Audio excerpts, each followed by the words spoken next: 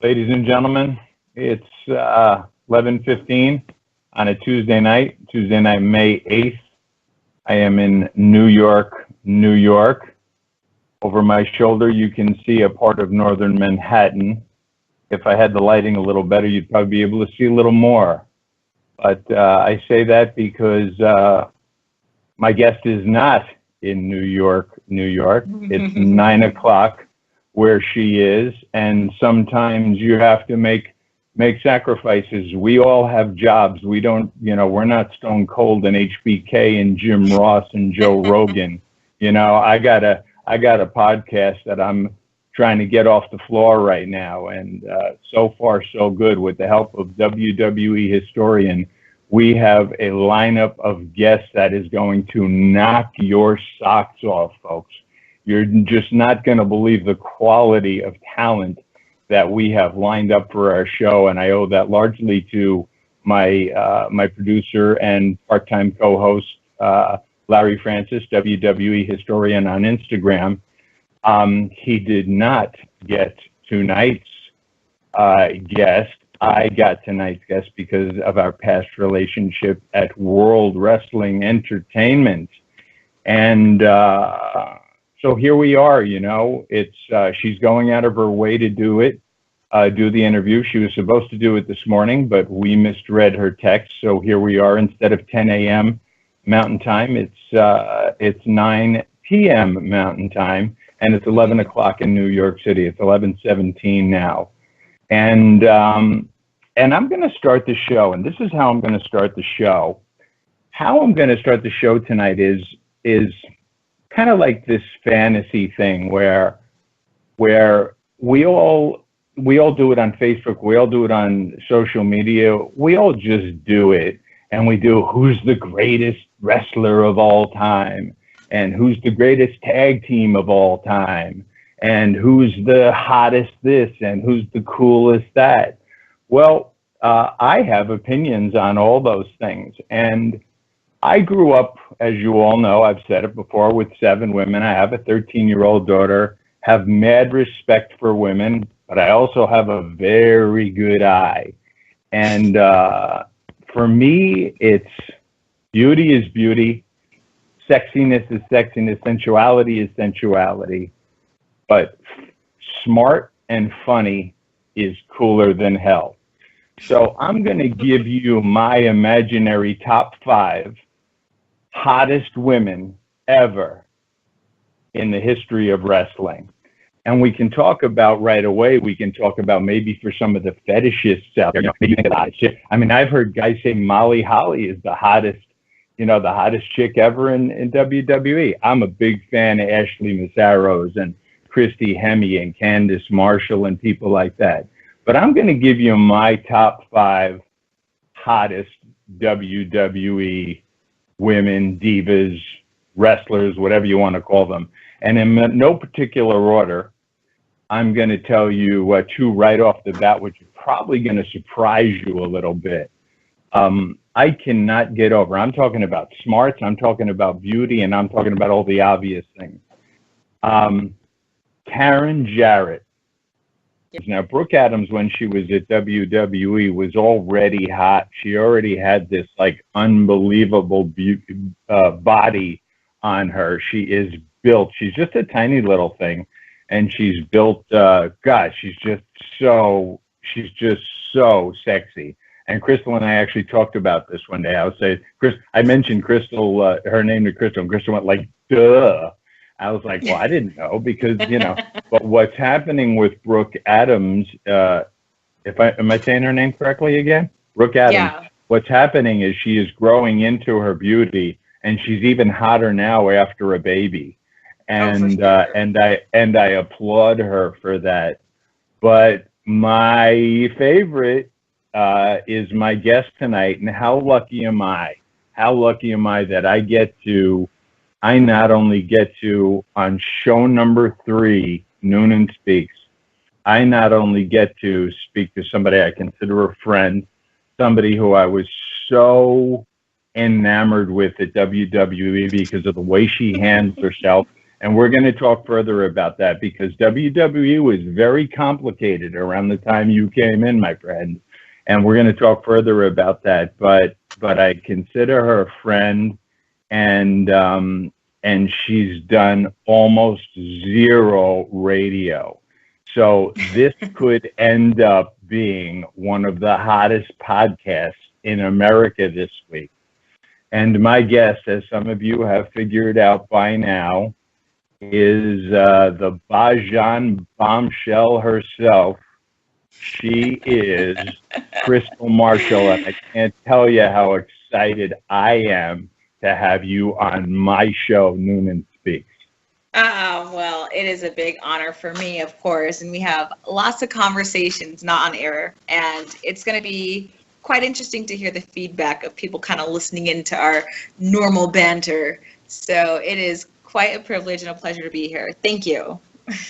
You're welcome, and I'm not sure anybody can be privy to our, quote, normal banter, because when I pretty much go off topic sometimes, but that's what makes you so much fun and one of the coolest chicks I have ever met in my life. You came into WWE at a time, so I'm going to try and paint a picture, and then, of course, I want to hear from my guests. I've done enough talking so far, but I'm going to paint a picture for the people out there. Every night for years, in the very late 90s and early 2000s, you had on Raw, you had Lita, and you had Trish Stratus, and you had all these wrestlers. And then you had on SmackDown, you had Nydia, and you had Tori, and you had Stacy Keibler, and you had Ivory, and you had all these like wrestlers on both shows, all these female wrestlers, some of them which were excruciatingly beautiful. And then all of a sudden we start doing a diva search, and all these divas are coming in, and then we're doing tough enough, and then we're doing tough enough winners. And then they're sending these hellaciously hot women down from Connecticut to be backstage. So backstage went from this male-dominated type of situation to all these beautiful, beautiful, hot women. And I'll tell you, our guest is playing with her camera right now. That's okay. And I will tell you, I don't know if Crystal remembers, but and she, maybe because she was on the other end, she didn't, get it as much. There was so much sexual tension backstage. Oh, yeah. That uncomfortable to be backstage. I spent most of my time either in catering or out by the ring. There was so much sexual tension. The funny thing when I think back about that time, I was so young, and I think a lot of people don't realize a lot of the girls that came in through the Diva Search were extremely young. I think I started with WWE when I was 20 years old. I was 20 years old, turning 21. And a lot of that stuff that you're talking about right now, I had no idea about until reflecting on it years later, because I had no idea about that sort of tension. I just knew that there were a lot of guys in very skimpy clothes, and there were a lot of girls. And I just remember trying to find my place and trying to get my feet grounded. And it was just a very, very interesting time, a very peculiar dynamic between the divas, which were the models, and the wrestling divas and the pioneers of the business. So I know, speaking for myself, I felt like I had a lot to prove, and I was trying to not piss anybody off. And all I know is that when I first started on the road, I just heard lots of people talking about chops and describing it. And I was just like, well, fuck, I don't want to piss anybody off. I don't want to be chopped. That's all I could think about. So it was a very interesting time, to say the least. So explain to me what a typical pay-per-view or a typical Raw or a typical SmackDown was. Like, I know what it was as the security guy. I was the first one there, and I meet with the building people. But you, being up from OVW into this locker room. Oh, Deep South, that's right. Not OVW, yeah. Deep South. That's when they were our proving ground. And coming up from Deep South and going into that locker room full of women who were nearly as beautiful as you. What was it like? How many of them were there, and who were they? Are you talking about during the Diva Search, or just kind of once I was on the road? I'm talking about once you were on the road with either SmackDown or Raw, and going into that locker room full of divas, full of wrestlers, and full of all the women you just talked about. You know, for the most part, I would say overall, the divas that were already established, that were on the road, they were very welcoming, but at the same time, they were kind of keeping their eyes open to find out who the bad seeds were, more or less. Who really didn't want to be there, who didn't want to adapt, who just wanted to cause problems and be a prima donna. So for me, I was very alert. I didn't want to piss anybody off, and there were a few girls that I really, really respected, so I just, stayed clear away from them and just kind of gave them their space. And I was very starstruck. I remember the first time that I saw Lita, and I just stared at her like a moron. I was just like, kind of like, oh, hi. Didn't really know what to say. But I had those moments for a while. And then you adjust, sort of. It was surreal. It was surreal. It was. You're talking about the Lita that we both know as the dynamic, powerful female wrestler. One of the female faces of the company at the time. You said you were starstruck. Did she live up eventually to the reason you were starstruck by her? Did she live up to it all the way? Oh, absolutely. I mean, she was on Raw and SmackDown. We kind of bounced around a little bit. Well, she did. So I really didn't get to develop much of a relationship with her. But from the bits and pieces that I did gather and just watching her career through the years, I mean, Lita's a certified badass. She is. She's a pioneer. There's never anybody like her. There's never going to be anybody like her. And there was a big part of me that wanted to be like her. Not in the sense of having the tattoos and all that, but I wanted to be at her level of badassery, if that makes any sense. So yeah, she's kind of the shit. Did you like her? Yeah, I mean, I really didn't know much about her, but from what I knew about her, I had no issues with her. Nothing to dislike, really. So do you care to hear what I have to say about Lita? Would you be curious? Course. Spill the tea. Well, Spill it. No, it's not like I'll be honest with you. I've been doing this for the better part of 10 years now, and I haven't done a radio show in a long time, but people know that I wasn't much of a Lita fan. I did not know that. and the way she landed for me is, first of all, she did not give a flying hoochie coo who I was or what I did. At least that's the way it came off. She wasn't the warmest woman in the world. And I just never understood, because of the brotherhood and sisterhood we had that was so close. Not everybody was a part of that brotherhood and sisterhood, No. And there were people, like, I just didn't get why some people would say, when we're in Europe, and we're at the airport at 5 a.m. yet again, and that you see her and she can't say good morning like everybody else. And that But you know what, though?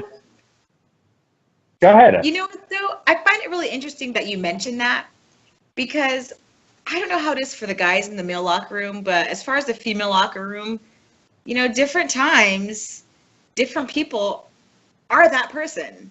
Do you know what I'm saying? Like, sometimes, for whatever reason, so-and-so is just not going to speak. And, I think it depends on where you are on that ladder, and if you can do that or not, if you can behave that way or not. So, at least during that time, I can't speak for right now, because for all I know, it could be a whole different ballgame. But, people at different times behave differently and whatever. I hope that I was one of those people that was pretty consistent. I mean, I could be a real shithead sometimes, but at least, at work, I hope and pray that I was consistently a decent person, at least. So, I don't know. I think my standard line is, I don't understand people who were nicer to their fans and their dog than they were to the brotherhood on the road at the airports at 5 a.m. I just never got that. You're nicer to your little fucking dog. I mean, I love your dog too, but say hello to me. I'm a human being. But wait a minute. I just want to. Here's the deal. There are people in the world today that genuinely despise other living people, but they will do anything for animals. Explain that to me. Okay. It's so we're on the same path. We're just looking at it a different way. I just didn't get it, you know. I just didn't get it why John Cena would turn me off. I never got it why Lita would turn me off. I never got it, you know, when other people would be so consistent. Rory McAllister wouldn't have to be nice to me at 5 a.m. in the airport. I'm Jimmy the security guy. You know, sure. Trevor Murdoch wouldn't have to be nice to me. But all these, like, you know, like, oh, hey, morning, Noon, how you doing? Yeah, I'm miserable too. Guess what, man? We're coming off two of the worst weeks of our life, you know? Yes. But at least we all made money, and at least we're flying first class or business, whatever we're doing, and we're having fun. But, well, guess what? By the time you got there, they had taken our business class from us. So if you didn't have a lot of miles, which you didn't have a cruise. Right. But to kind of touch on what you said also, you know, for me, it didn't really concern me who wasn't effervescent at 5 a.m. For me, it was more so who was super nice to me and who was genuine, because there was a lot of that fakeness that kind of floated around. And for me, I can handle if I say good morning and they're like, piss off, that's fine. But like, for me, I felt like I hit a point when I was in the WWE where there was a little paranoia that kind of set in, because especially in the girls' locker room, there's a dynamic to where everyone's, for the most part, pretty nice. And at that time, there was only one TV slot for the Divas. So you really didn't know who really was genuinely your friend or who was just putting on this facade, this mask because of whatever reason. So I can handle if somebody's a little bit of a crabby ass in the morning or doesn't want to speak to me or whatever. Fine, at least I know where I stand with that person. But it was that kind of like, hey, how are you? Good to see ya. But really, you know, deep down, they're like, oh, this bitch doesn't deserve to be here. She didn't put in her time. She didn't do this. She didn't do that. Or who is she fucking? Or, you know, whatever. There's that whole dynamic that I never really was able to just kind of like process and digest. It's just not who I am as a person. So I didn't like that part. I had a hard time with that part, for sure. Now, you get it this time, or you haven't even met Bobby yet? What was that? I said it. You're kind of cutting out. Have you met Bobby yet? Are you Bobby's girl yet, or are you totally on your own? No. That came about, let's see, beginning of 2007. I'd say about. No, that happened WrestleMania 2007. That's when we started dating. And that was like, that happened quick. Lots of things happened quickly in that time.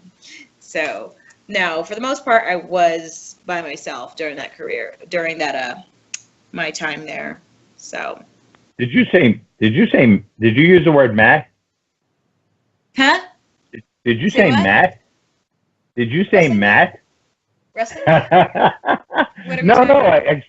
I don't know if you were. I'm not sure. Yes. Because we're having trouble here. We're having trouble hearing each other. Did you say that? I did date Matt Stryker for a brief period of time. Right. When I was wrestling. Right. And here's what I have to say about dating in wrestling. So, if I started my wrestling career around age 20, 21, you know, the early duration of my 20s I spent in this business where you're not supposed to date anybody, but you're around a bunch of men and you really virtually have no dating experience because this is your job and this is your life and you're around these people 24/7. Things do happen. So it's kind of impossible to not date someone you work with unless you're married outside of the business and all of that. That's impossible. That's kind of how you figure out things. And then you leave the wrestling business and you look back at that and say, what the fuck was that? That was fucking weird shit. What was I doing? Yeah. So that did happen. What do you want to talk about? All right. So you have no and then you met Bobby. Yes. Mm-hmm. Okay. Now it says on Wikipedia. I Wikipedia'd you today. Wikipedia'd you today, and it said you married Lashley in 2013. You and Bobby. No, I have never been married in all of my adult life. My name is Crystal Marshall. It's always been Crystal Marshall. I've never been married. We were engaged. We had a very long engagement. We've had 2 kids together, but there was no wedding. That didn't happen. And I don't know if that was a good thing or a bad thing. It just didn't happen. So. Yeah, it says 2013 that you married Lashley, and I knew that to be. Is that from TNA? That's from TNA. He was in TNA for a while, and they brought me into an angle with Scott Steiner, and we kind of presented ourselves as a married couple during that time, but we were never married. You personally got to work an angle with Scott Steiner? Yes. Oh my God! How did? There's not a lot of people had good experiences in this situation. I had a blast. I thought he was great. I mean, I wish we would have done more with the angle. I really, really enjoyed it. He was a good sport. Nothing bad to say about it. I thought it was great. It was brilliant. Had a good time. Yeah, it was interesting. There was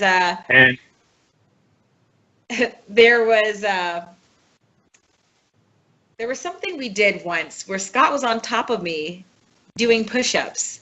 And literally, he's like inches away from my face and his sweat is dripping in my eyes. That's what I remember. Remember that? And then he got some tights made with my face on his crotch and all of that. And it was great. I loved it. Not the sweat in the eye part, but, You've had it was rather large... So one could say that you've of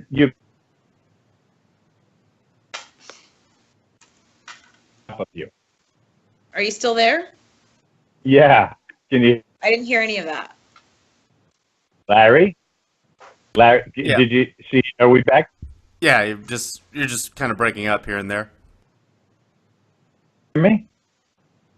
Okay. I can hear you. Okay. So, Crystal, you could say that you've had at least more than one very large muscular man. Yes. A little joke there. That's safe to say. I've had a muscular man or two in my time, for sure. And I'm just going to go out on a limb and say I may have another muscular man or two in my time to come. So, I don't know. Girl has a type, I guess.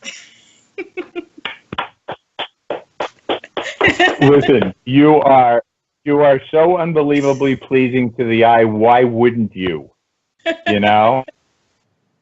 Yeah, I don't know. Listeners, Life is short. You have to enjoy yourself, and I'm an open book. for our listeners, know about Crystal's children, Miles and Naomi. Could you imagine that Bobby and Crystal have 2 children? Naomi and Miles, and I mean, could you imagine the genetic pool looking at these kids, what they came from? I mean, she was like 2009 second in a bikini contest. She was up for Miss California. She won a bunch of bodybuilding competitions and bikini competitions. She was a WWE Diva. She was we'll talk about Howie Mandel and all that stuff later if you want to. And then their father is an MMA superstar, a WWE superstar, a TNA superstar, and back at WWE again, and probably going to be in a big angle for WrestleMania next year. So these kids are not only genetically gifted, but they are absolutely beautiful, and the apple does not fall far from the tree in this situation.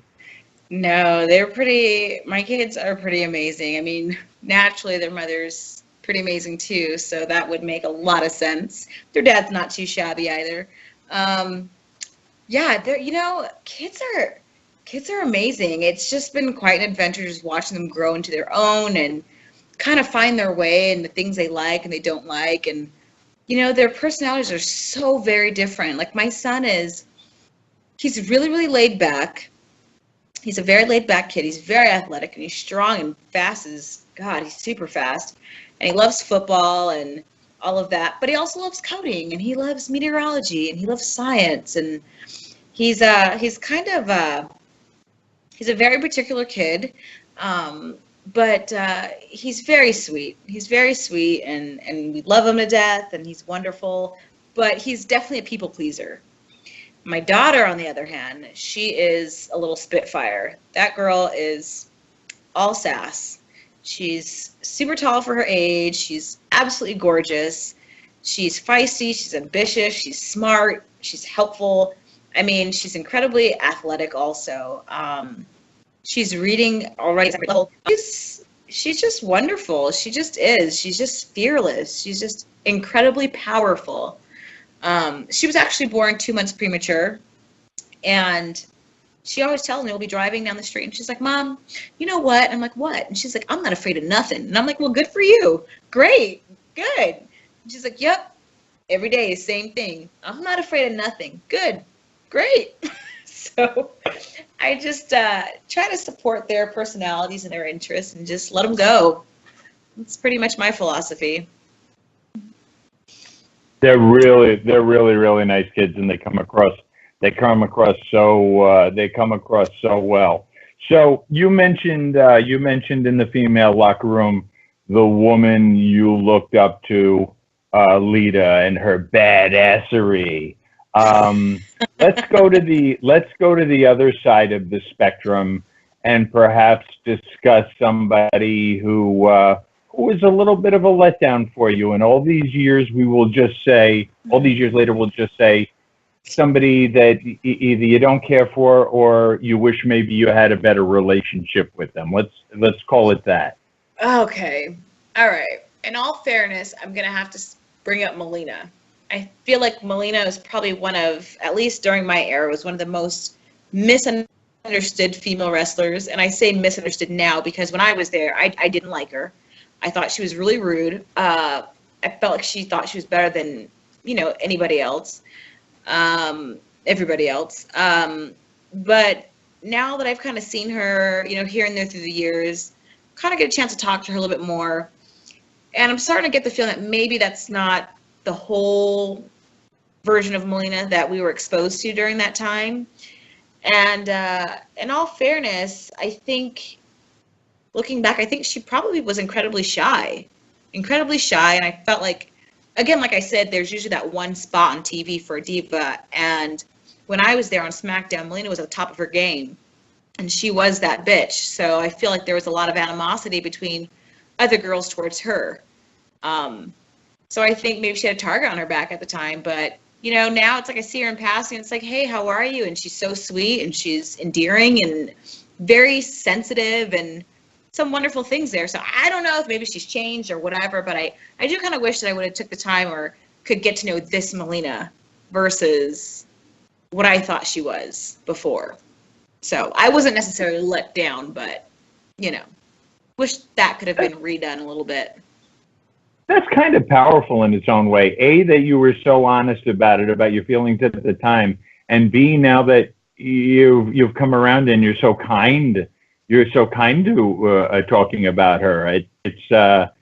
It makes me proud to have been in the business for somebody to speak like that, like to come around. A lot of people don't come around, as you know, in this business. You came around. But you know what, though? A lot of people are fucked up. We're all fucked up, I should say. We are all fucked up. But I feel like I have done so much work on myself, especially in the past 2 years, and just trying to figure out who I am and what it is that I need, and just trying to navigate my life spiritually and emotionally and just in every way imaginable. So it's made me incredibly compassionate to people, and it's kind of made me open my eyes to kind of just kind of dig deeper and look at people and say, hey, maybe there's more to that story. Giving people the benefit of the doubt is a big thing. And I think in the business, it's such a self-serving business, which is really funny because you need your brother. In wrestling, you need your battle buddy out there. That's how the show goes. But it's a very self-serving business, and nobody really gives a flying fuck about anybody. you know? So, so I think it's kind of hard to see the big picture when you're in it. So it just wasn't the obvious people who've been so open about the heat that Melina had. I mean, the heat was as bad as they say it was. Am I correct? I mean, the heat she had at the time. I mean, she was on fire. It was bad. It was bad. I remember one time we were in Europe and they held court for her. And, it's like I sat there and I really didn't know at the time exactly what all of that meant. I just knew it was kind of going to be like, oh, well, we're going to talk about some shit that she did that pissed us off. But, like, looking back now, like, the shit that they were mad about, it's really none of our fucking business. It was none of our fucking business. Really. We're grown-ass people now. We've lived life. I can say that. But it really wasn't. So I just kind of felt like sometimes in wrestling, they pick a whipping boy, so to speak. And I think she was that person at that time, for sure, at least from the female perspective. Now, Crystal, are we talking about the same court? Because the court that I was in was Booker was the prosecutor. Yep. Chris Benoit was the bailiff. Undertaker was the judge. Eminem, she wasn't in the room. Eminem sat in the front for her defense, and the rest of us sat in the back with our eyes ablaze on this whole situation. Are we talking about the same one? Yes. So you were there. Now, if I'm not mistaken, that was in Sydney, Australia. Jimmy, I gotta tell you the truth. I don't really remember a lot of the places where things happened because what I did during my time in wrestling was it would typically go, especially in Europe, go check in our room. JBL is downstairs. You come downstairs. You drink beer at JBL until JBL goes to bed. So there's a lot of things that I just don't really remember per se. Or until he pisses his pants. What was that? Or until he pisses his pants. Yeah. So I was a good sport and tried to keep up quite a bit. And I don't remember a lot of that. But I couldn't tell you if it was Sydney or if it was Germany. I don't know. I just know it happened. I knew I was there. That's about it. Yeah, and you took the safe route. You said somewhere in Europe, which is exactly what everybody says. But it was Sydney, Australia, and we were in a god awful time zone, and we had just done like 5 shows in 5 days. And Undertaker comes up to me at 11 o'clock and said, "I want you in court tonight." I said, "What?" He says, "I want you in court tonight." I said, "I've never been to court before." He says, "Well, you should be there tonight." I go, "Wait a second. If this is the Melina thing, I got nothing to do." He goes, "Jimmy, I want you in court tonight." So I had to go, and I sat all the way in the back. And even Booker looked at me like, "What the fuck's this guy doing here?" But I watched Booker chop that girl up, and it was over a couple of beers. You remember what it was about? It was about the bathing suit test. No. Well, here's what happened. That afternoon, she had massive heat because Charmel was Mrs. Booker, and Charmel hated Dave, and Booker hated Dave, so Charmel hated Melina. I remember all of this. Yeah, this was pretty hairy, and at the same time, they told Melina. Now you said it. Melina was a shy girl who even though we thought she was physically very gifted, she was really shy about her body. I don't know if she had body issues or whatever. I didn't gather that. And she went to Benoit that night before the show. She saw him. She said, "By the way, do you have any beer on you?" And he said, "What?" She says, "I want to have a beer." She wanted to have a beer to calm down. She was having this anxiety about this thing, and it started this massive. Was it a bikini competition that she didn't want to do? Exactly. And she wanted to have a couple of beers with the boys to calm down over it. And it was so benign, but it got blown out of proportion that here she is in court in Sydney, Australia. But now it's coming back to me. And by the way, I'm not here to crap on Melina. Melina's a buddy of mine. It's funny that you like Lita and I didn't like Lita, and that you had problems with Melina, and I love Melina. But I was also 20 years old. I was such a babe. Like, come on. But I will say this. I think from the girls' perspective, we were all like, if we have to do this, then why do you think that you don't have to do this also? That's what bothered people, because we're like, we're out there, you got to do it too. I think that's kind of the whole thing. We took it the wrong way. She was trying to get out of it. We're like, no, sister, you got to go out there too. So interesting. No, I think it was just another young girl having, some people love to parade around bikinis. If I had your body, I'd be in a bikini right now, baby. Okay? I like it more so now than I did before, let me tell you. Your body? No, I like being in a bikini now more than before, because I realize that I've got, like, we're on borrowed time here. Pretty soon I shouldn't be able to be in a bikini the next, 20 years. Those days are done. So I'm like going to enjoy this while I have it, Well, I saw you recently in a bikini on the back of a ship. And I probably stayed on Facebook an inordinate amount of time that day. Okay? Well, I have to tell you about that trip. I was trolling your photos. Trolling your photos, and you look fucking rigged. So thank you, but do you want to hear something really sad and pathetic? Okay. I love pathetic. It's my whole life. So I went on that trip with my girlfriends that are from Denver here. It was a very last minute trip, and I actually got my little heart trampled on. Can you believe, like, that never really happens? I'm usually, pretty smart about keeping certain emotions in check or whatever. But I was just in a really bad place. My girlfriends were like, well, we're going to go to Costa Rica this week. You should come. And I was just like, yeah, I should come. And, it was one of those things that, like, I'm not very good at making last minute plans. I'm very much a planner, especially when it comes to trips and stuff. But I just rallied and I went on this trip with some girlfriends, and I came back and it was like it never happened. So you don't always have to be in wrestling to have fun, just so you know. Yeah. But you said you got your heart trampled like the first night there you met somebody? Yes. Well, I thought I did. But I just want to tell the girls out there that men, they lie. Sometimes they say what they mean, and sometimes they don't say what they mean. And yeah, it was just one of those situations. Yeah. Listen, I'm a man, and I'm here to tell you that men suck. We fucking suck. We are horrible. We are horrible. And I'm so like, I turned 60 recently, right? I think we had this conversation a few months ago in Colorado, and I turned 60. I don't know if it's over for me, woman wise. If it is, I've had a life beyond my wildest dreams when it's come to women. I mean, I just had so much fun. I've been blessed. My first wife and my daughter's mother now, I guess you call her my baby mother, are the highlights of my life. Are the highlights of my life.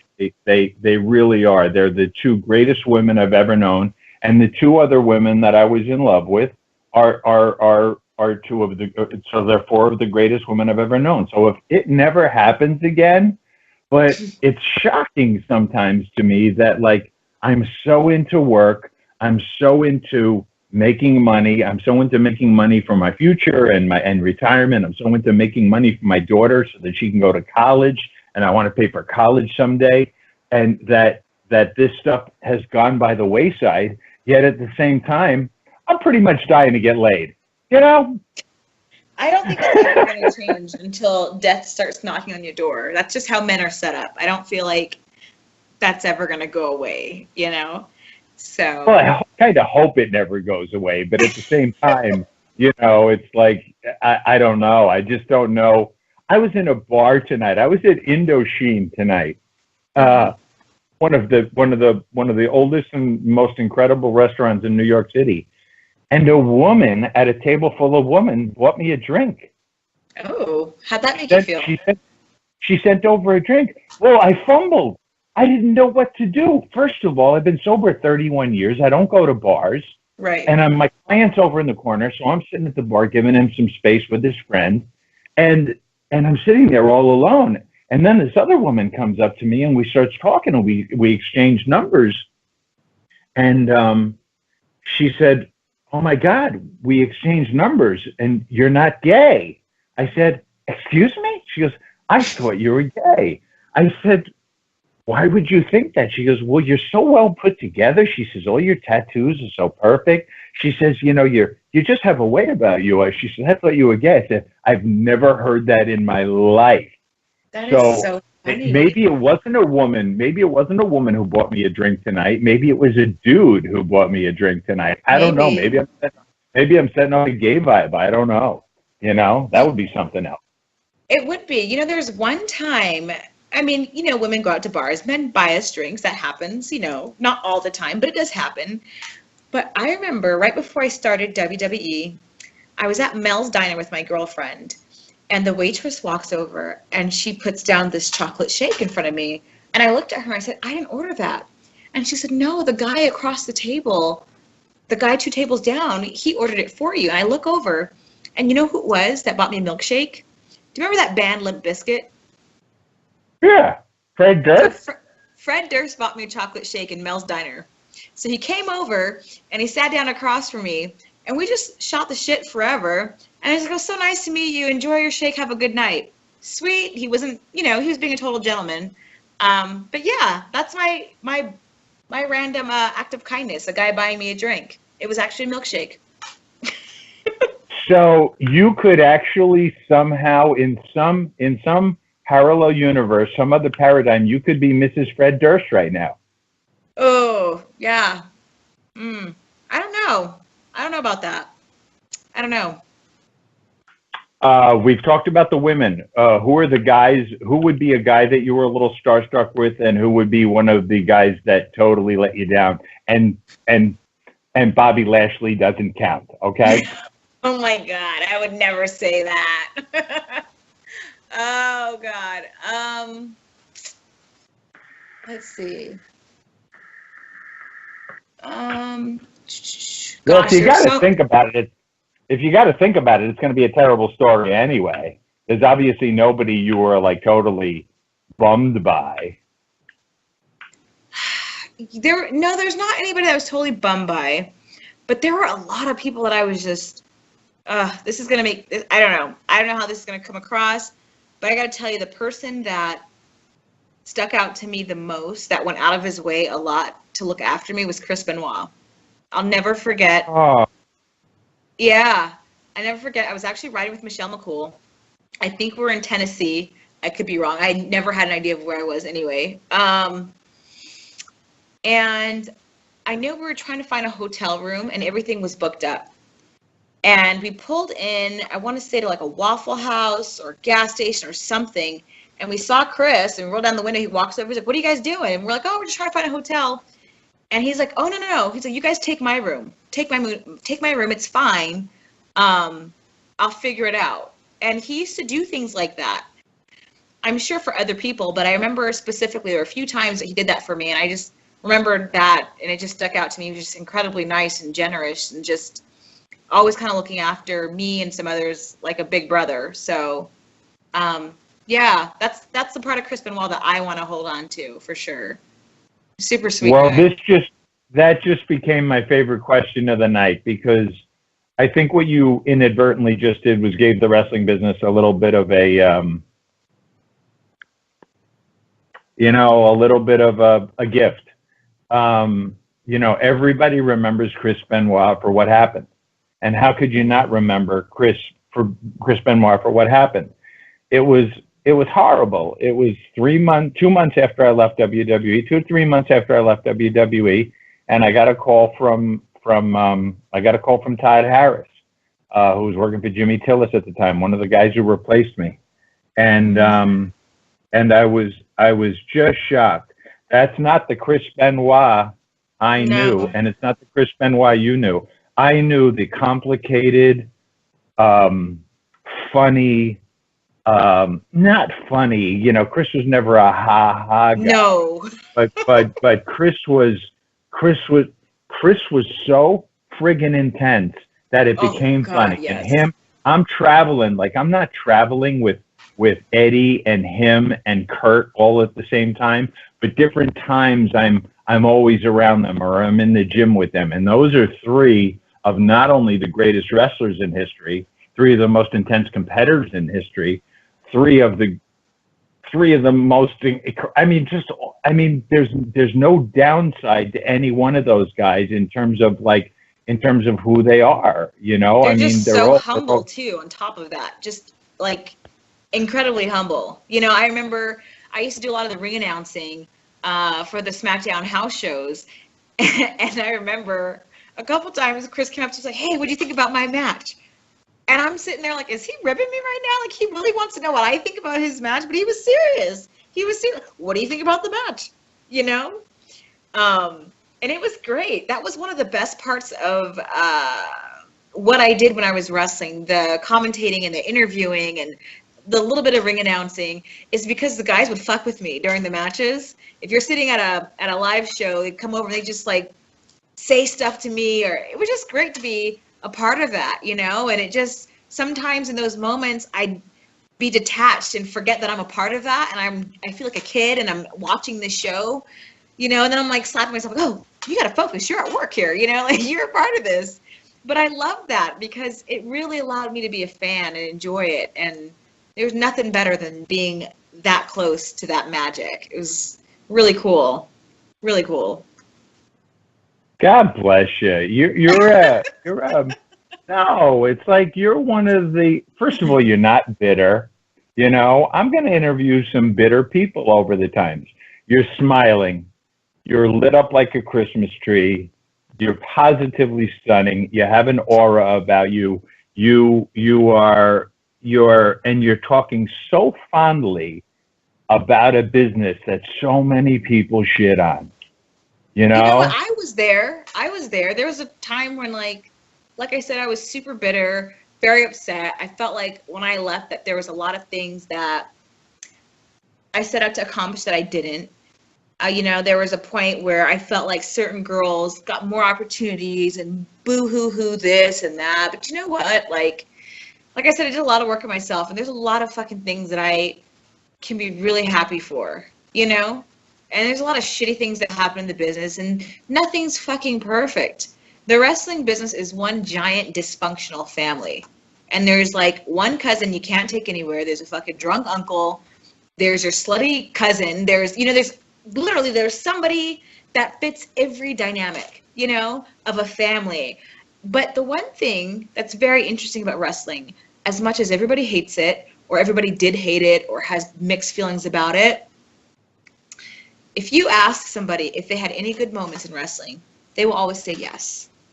And they will always smile if you ask them, what was the best part of your career? There's always going to be something positive. And there's something positive with every experience in your life, whether it's negative or positive. And you can choose to hang on to the negative shit. And trust me, there's a lot of bad, negative, horrible shit.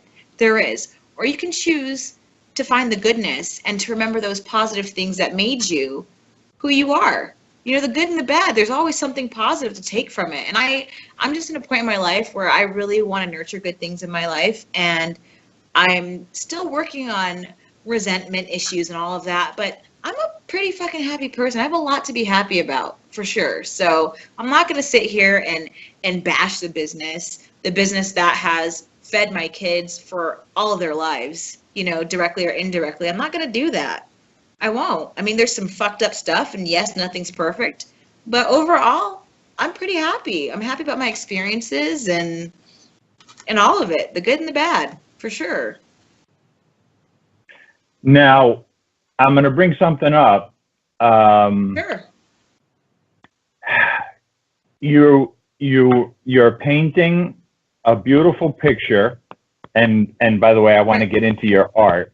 But you're painting a beautiful picture right now, and why shouldn't you? I mean, you're so blessed. You had a nice run. You met some extraordinary people. You have two beautiful children out of that. You've got stories to tell. You're so pleasant. But after WWE, I think and you've touched on it, but not much. I think that you went through a lot of the same stuff I did. I was radioactive. I was radioactive after WWE for a while. Should have had a hazardous material sign on me because nobody would come near me. I couldn't get a job. People were looking at my resume. Chris Benoit just went home and did horrific things to his family. So let me get this straight. You were the head of security for fake wrestling? What does that even mean? And what is that, I'm radioactive.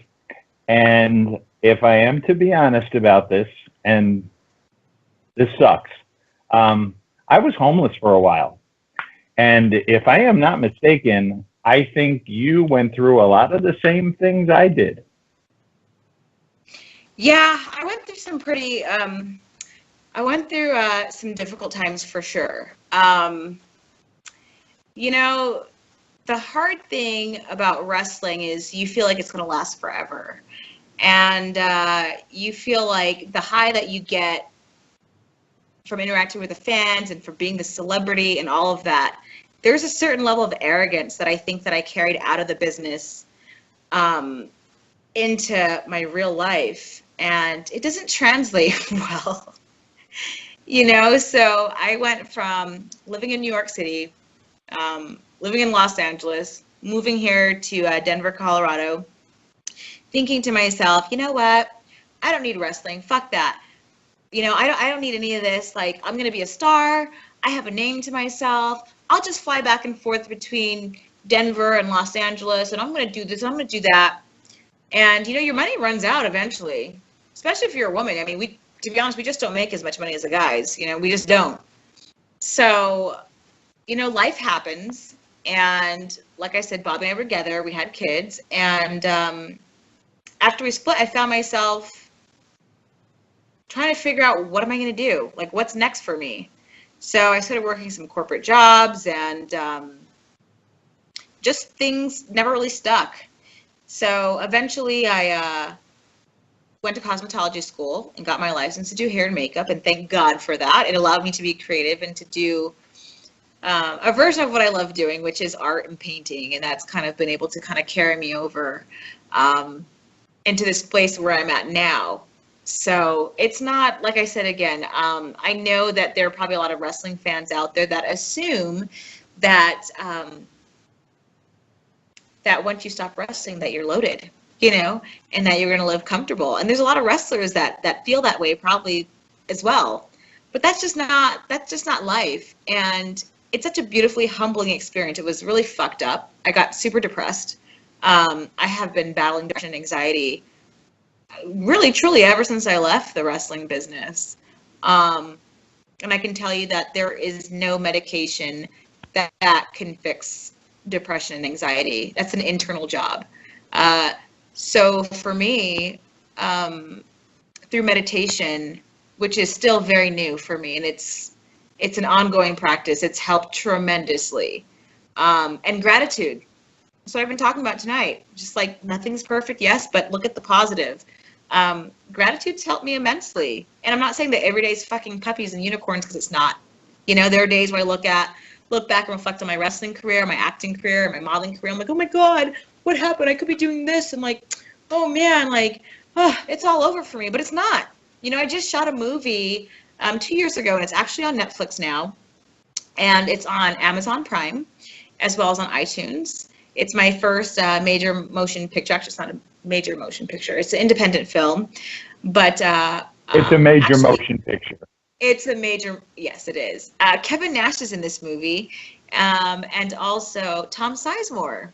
So this is my first time shooting a movie, and this is something that was on my bucket list. And I gotta tell you, I'm really proud of it.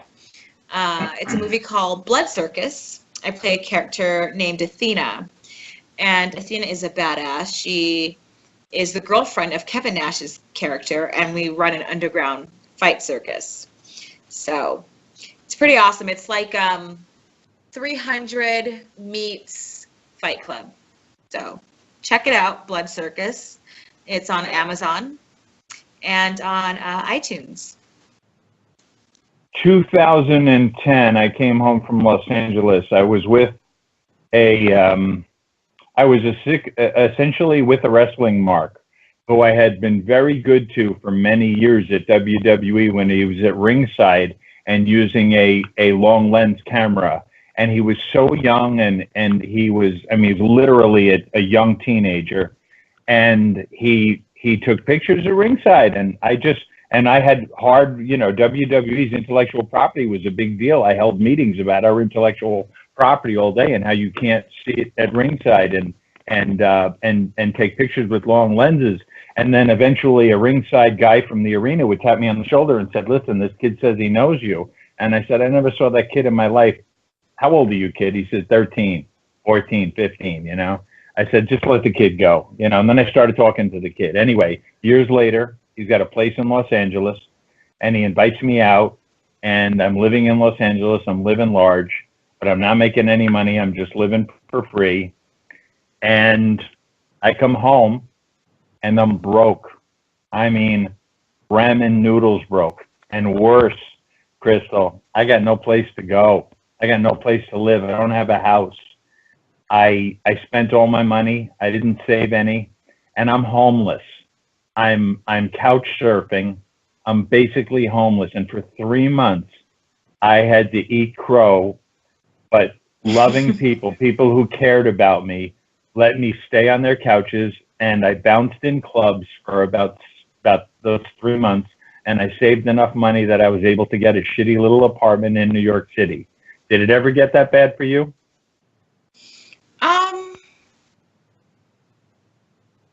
I think, yeah, it did for sure. Like I said, trying to navigate my way into a profession and support myself, that has been tough for sure. It's not easy. It's definitely not easy for sure. The way that I equate it to is I had a master's degree in the entertainment business. I was a model on The Price is Right, Deal No Deal. I was in numerous music videos, and I was really developing myself into a brand. And, to really go from that where money is flowing and it's easy, because I lived, where I lived in Los Angeles and New York, and I know people and networking, and, I'm at the Playboy Mansion having parties, and everything is great, and everything you take for granted. And to get dropped from that into the reality, of I don't have a degree, I no longer am Bobby Lashley's girlfriend, I'm no longer living, I have to figure out, okay, I don't have, this degree means nothing anymore, I've got to figure out how am I going to use this and this to put food in this. So, yeah, I ate shit for a little bit. I'm not going to lie. There were some tough times in there for sure, but I'm definitely resilient, and I'm a first generation American. My parents are from the Caribbean, and I hear stories all the time about people coming over with a lot less and making do. So, I wasn't going to find excuses for myself, for sure. So now I'm in a position to where I have my own salon. I'm able to pursue different ventures as far as painting and film, which is something that I want to dabble in more the next coming year or so.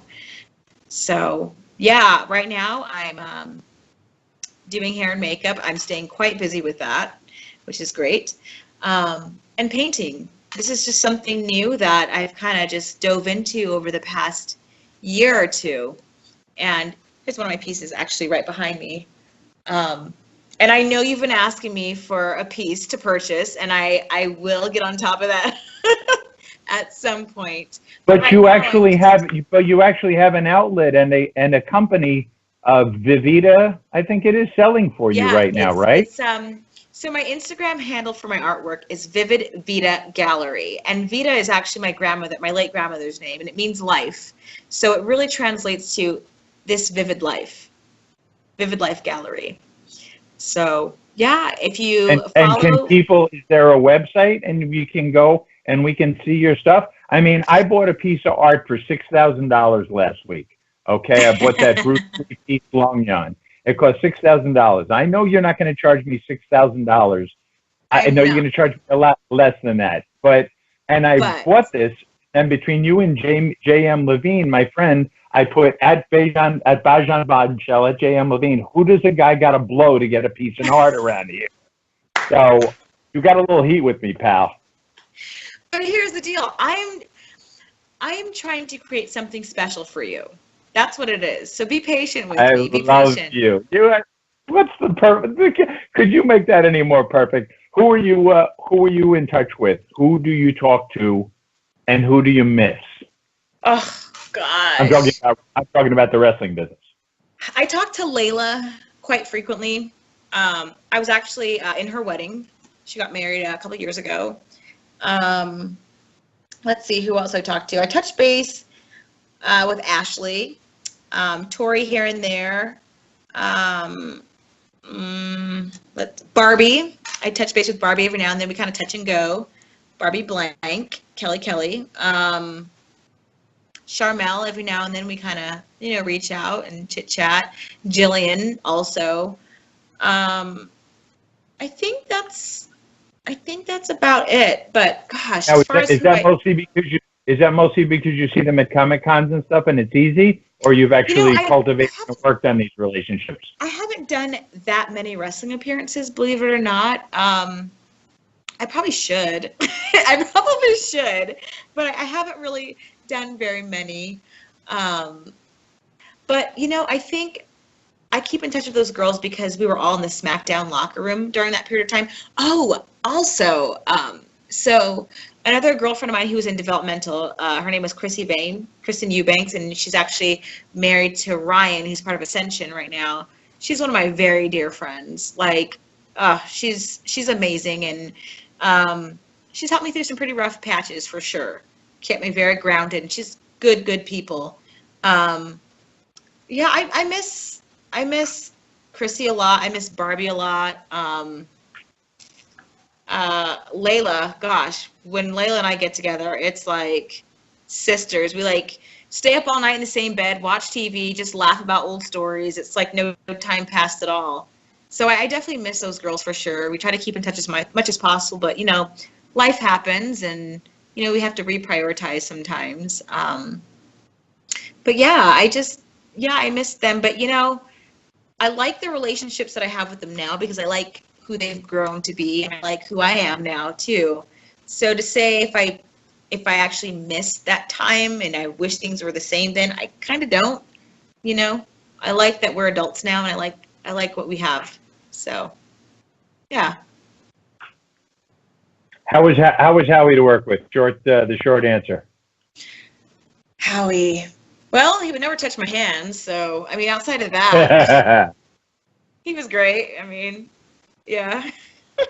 Was it the same locker room mentality with all those beautiful women at Deal or No Deal? Was there any parallel to the WWE world?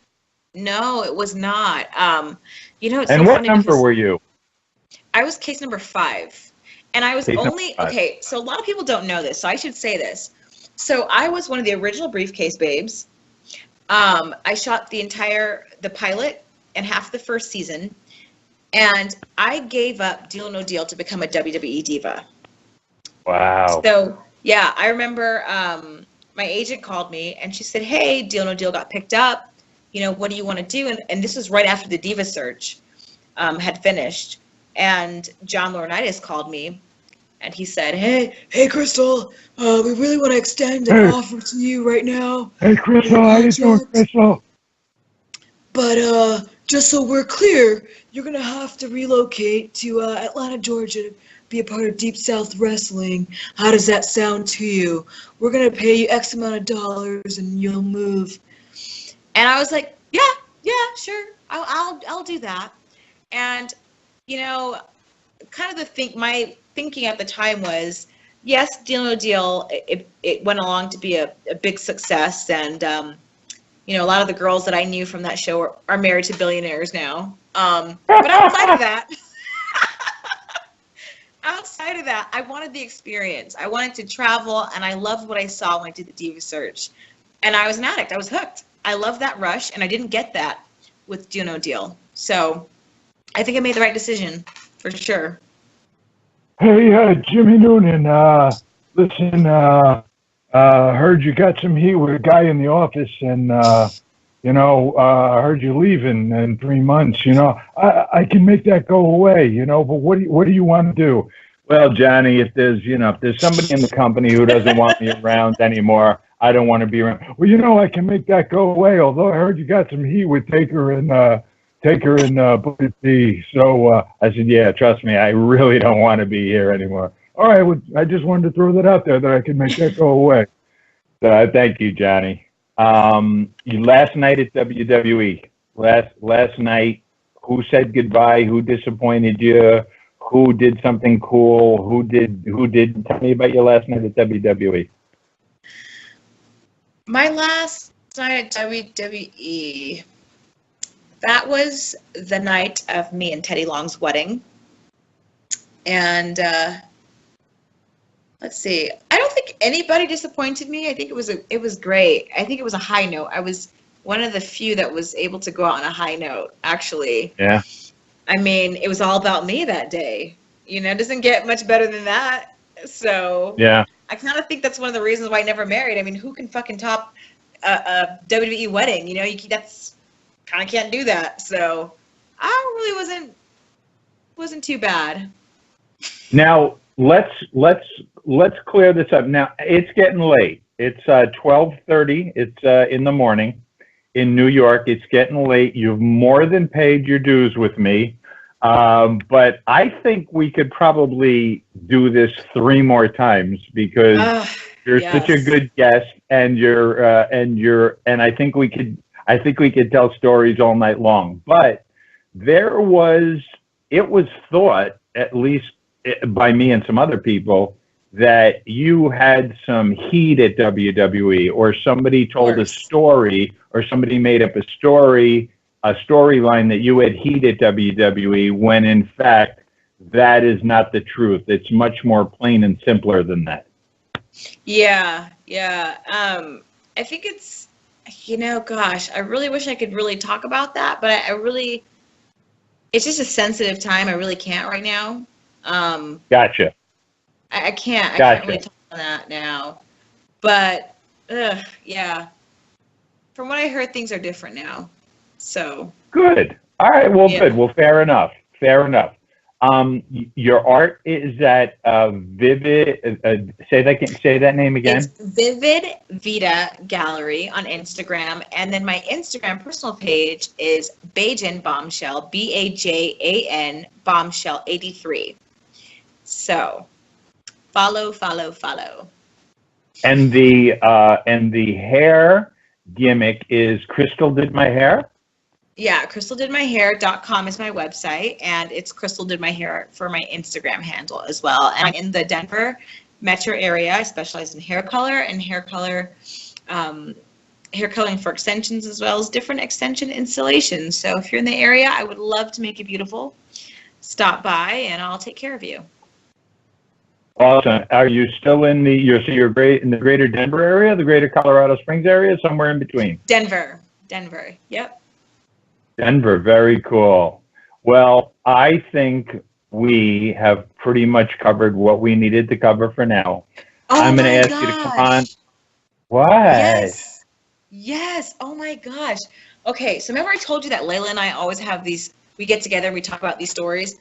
I will never forget the time I traveled with Layla, Kelly, and Brooke. I was traveling with Extreme Exposé. Yeah. Okay. There's this time when Brooke bought a boa constrictor on the road with us. And it literally broke out of the Tupperware. And it was pretty much loose in the room. There was that instance. And then the snake shit. Because I guess snakes don't shit normally, like every day. They kind of shit like once a month or whatever. And she swore that the snake wouldn't shit. And the snake got out, and then we're trying to find the snake, and there was like a white, shit, like a snake shit. So there was a point in time when everybody thought it was okay to bring pets on the road, myself included. And I brought my little shithead dog on the road, and then everybody else brought their shithead dog on the road, and we all got heat because then Test brought his bulldog on the road. So just like, I don't know, like sporadically these little things will pop in my head about how ridiculous we were, and we felt entitled that we should bring these critters on the road when really we shouldn't have. So yeah, I remember that vividly. Sorry, I know you were trying to wrap up the show, but I had to. No, nobody in the world gets to end a wrestling show on a story about snake shit. How awesome is Noonan Speaks? And how awesome that you came on the show.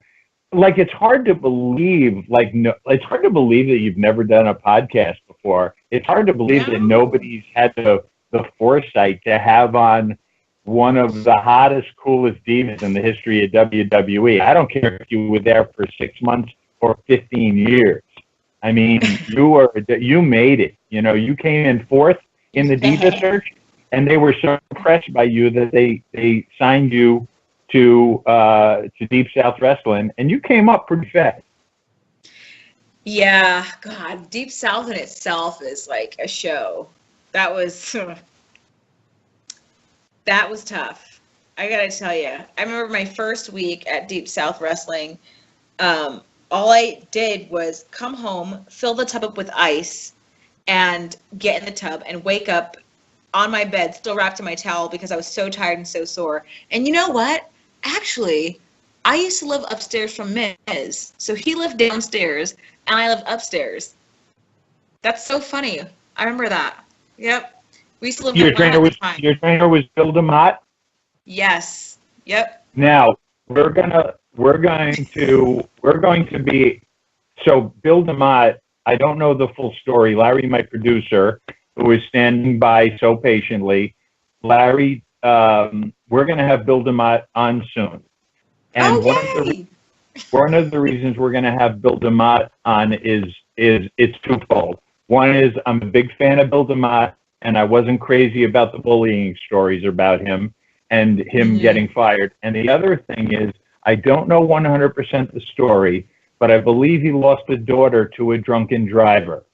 Oh, wow. And he has a foundation going, and me, because May 6, 1987 is my sober date. I just turned 51 years sober, one day at a time through the grace of God, and I take no credit for it. So I think there's some energy and some synchronicity and that I can put over. You know, there was one time in my life, Crystal, where I could have been that drunk driver. And thank God, because I always drove drunk. And thank God, you know, it never happened to me. And I'm so sorry it happened to Bill, but I wanna bring him on because I respect him.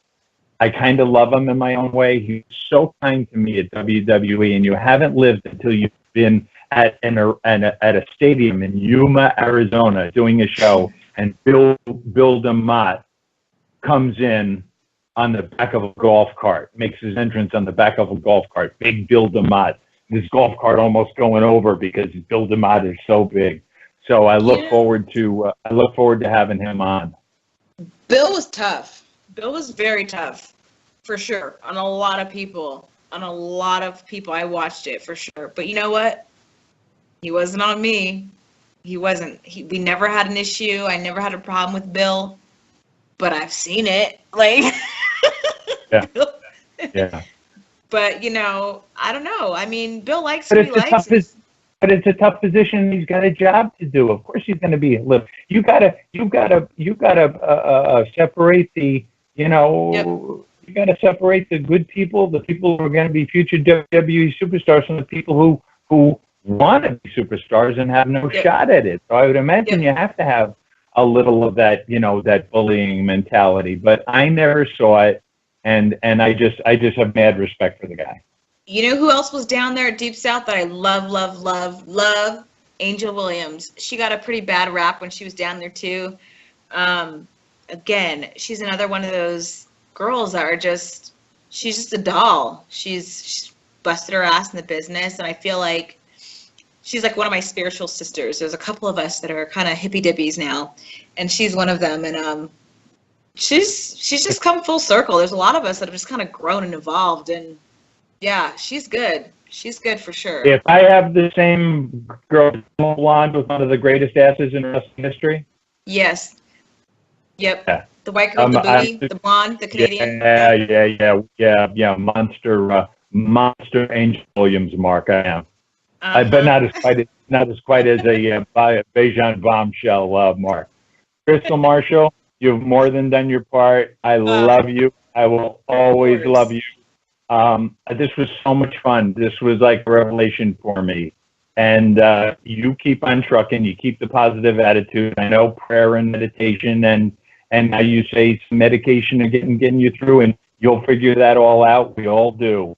It's a rough business, but every business you've chosen, the hair business, the art business, the movie business, the wrestling business, the fitness business. I mean, Jesus, could you pick a tougher road, Crystal?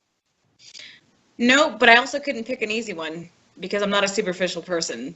So Good. I like to put in a lot of work, but I also like to get a lot back. So that's why I've kind of chosen the path I've chosen, so to speak. Since you've never done a wrestling podcast, done a wrestling show before, you have fans who are going to be listening to this in real time. What do you want to say to them? What do you want to say to your fans? Largely, I would imagine they come from both sides. I would imagine you got a lot of guys who remember you, and you got a lot of women who were very pro you and pro your story and pro your character and pro the woman you have become. What do you want to say to them? Well, I just want to say first, thank you so much for supporting me through all the years. And thank you for supporting me and liking me through some very poor weave choices through the years. And I got to tell you, you guys are the real MVPs. I look back at some of these pictures and I'm like, damn, you guys are really feeling this stuff? Like, really?